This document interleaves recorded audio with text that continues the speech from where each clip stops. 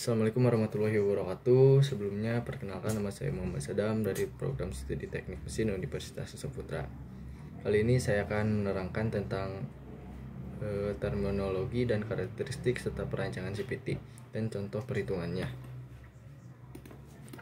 Pengertian CPT. CPT adalah sistem perpindahan kecepatan secara full otomatis sesuai dengan putaran mesin. Transmisi CPT terdiri dari dua relay yang dihubungkan oleh V-bel ke sebuah kupling sentrifugal untuk menghubungkan ke penggerak roda belakang ketika throttle gas dibuka dan gigi transmisi satu kecepatan untuk mereduksi putaran. Yang kedua itu ada karakteristik CVT. Yang pertama, pada premise shape ada beberapa komponen pendukung yaitu picket shape yang berfungsi sebagai penahan V-bel. Komponen ini bergerak dan membentuk piringan dan biasanya di bagian sisinya mempunyai kipas sebagai pendingin mesin. Ya, lanjut ada sliding shape yaitu berfungsi untuk menekan V-bel dalam putaran tinggi karena sliding shape ini dapat bergerak ke kanan atau ke kiri. Untuk yang selanjutnya itu ada collar yaitu komponen yang berfungsi sebagai tempat dudukan dari fixed shape, sliding shape, dan cam. Nah, untuk cam sendiri itu adalah komponen yang berfungsi sebagai tempat dudukan slider. Nah, slider yaitu komponen yang berfungsi sebagai pendorong roller sendiri akan mendorong sliding shape. Slider ini bergerak saat putaran mesin tinggi. Untuk roller berfungsi sebagai penekan sliding shape.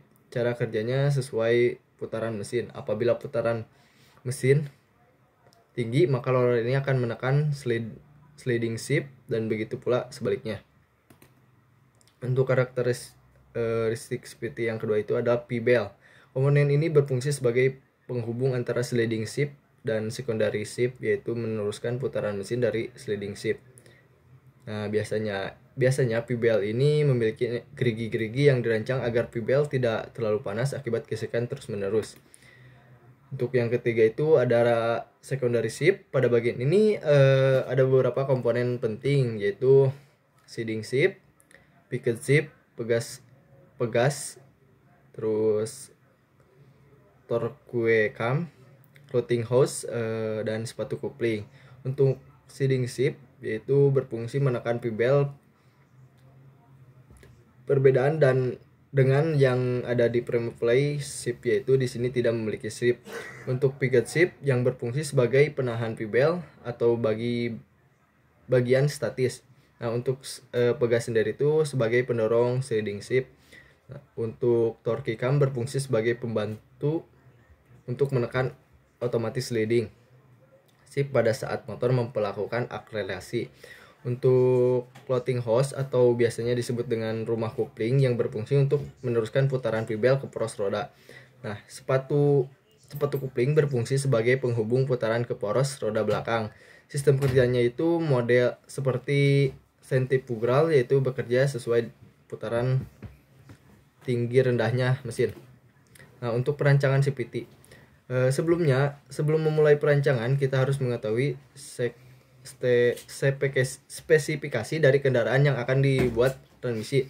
Sebelumnya merancang sebuah transmisi diperlukan untuk menganalisis gaya apa saja yang terjadi pada kendaraan, kombinasi dari gaya tersebut yang akan menghasilkan traksi. Setelah diketahui traksinya, maka dapat dicari rasio yang tepat. Nah, untuk perhitungan yang digunakan dalam perancangan ini adalah metode eksperimen. Metode perhitungan eksperimen adalah perhitungan yang digunakan untuk mencari pengaruh perlakuan tertentu terhadap yang lain. Dalam kondisi yang terkendali, pada perhitungan ini penulis lebih memilih untuk menggunakan metode eksperimen. Nah, untuk langkah-langkah yang diperhatikan dalam perhitungan eksperimen diawali dengan menentukan masalah yang akan dijadikan topik perhitungan.